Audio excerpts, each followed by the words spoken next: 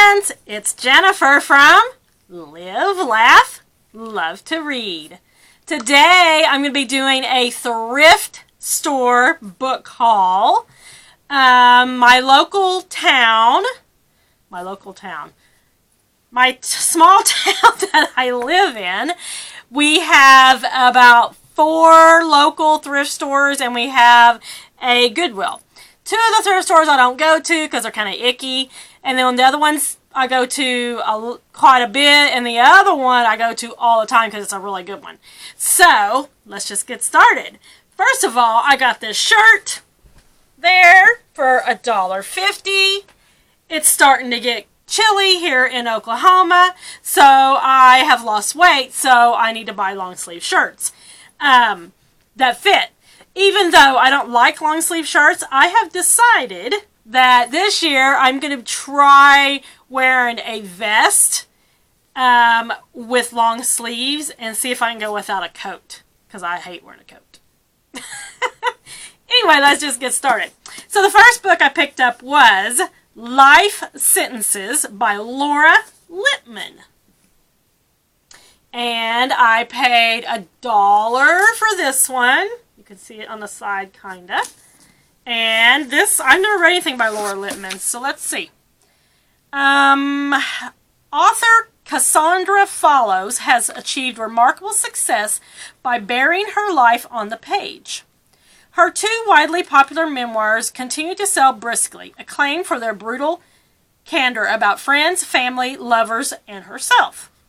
But now, after a singularly unsuccessful stab at fiction, Cassandra believes she may have found the story that will enable her triumphant return to nonfiction. When Cassandra was a girl growing up in a racially diverse middle-class neighborhood in Baltimore, her best friends were all black. Elegant, privileged Donna, sharp, shrewd Tisha, wild and worldly Fatima. A 5th girl orbited their world, a shy, quiet, unobtrusive child named Calliope Jenkins, who years later would be accused of killing her infant son. Yet the boy's body was never found, and Calliope's unrelenting silence on the subject forced a judge to jail her for contempt. For 7 years, Calliope refused to speak, and the court was finally forced to let her go. Cassandra believes this still unsolved real-life mystery, largely unknown outside Baltimore, could be her next bestseller.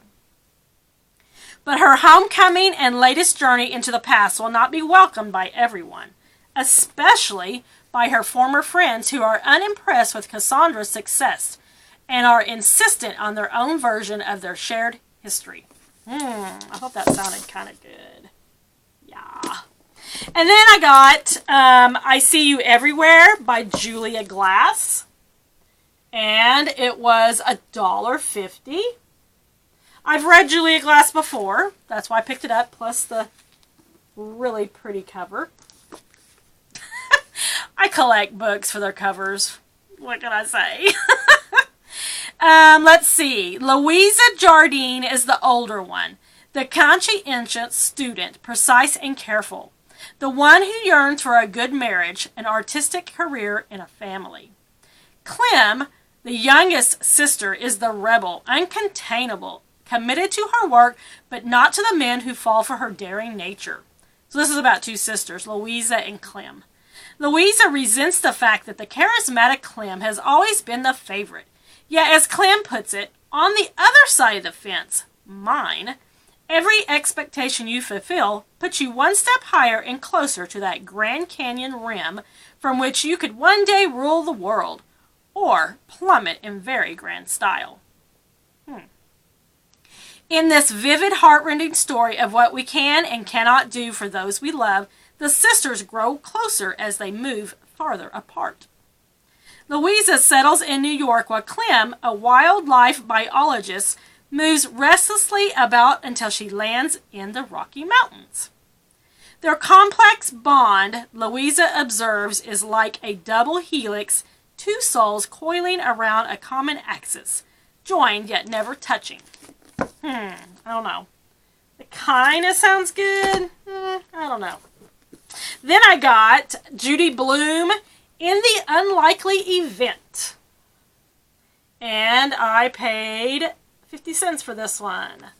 So this one says, in this brilliant new novel, her first for adults since Summer Sisters, Judy Blume takes us back to the 1950s and introduces us to the town of Elizabeth, New Jersey, where she herself grew up. I love books about the 1950s. Yeah.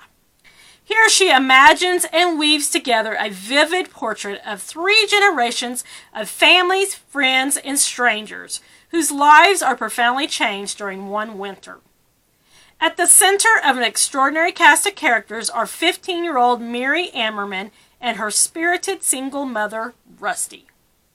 Their warm stories are set against the backdrop of a real-life tragedy that struck the town when a series of airplanes fell from the sky, leaving the community reeling. I thought that sounded good. Yeah. And then the last book I picked up was The Christmas Room by Kathryn Anderson. And I only picked this up because, number one, the cover. And it's a cute little hardback. Back in the day, I was in love with Kathryn Anderson's books. I bought every one of her books, and her books were the only ones I would buy new. Every time she came out with a new book, I would go and buy it brand new, and I had like the whole collection, and like I was obsessed. But as the time went on, I kind of just got over it. Like I wasn't interested anymore. But when I seen this, the cover was really cute, and like I said, I've liked her in the past, so I picked it up for $1. And who doesn't love a good Christmas story, right? So this one says, as summer gives way to fall in Rustler's Gulch, widow Maddie McLendon begins to have second thoughts about uprooting her life to move there with her son and grandson.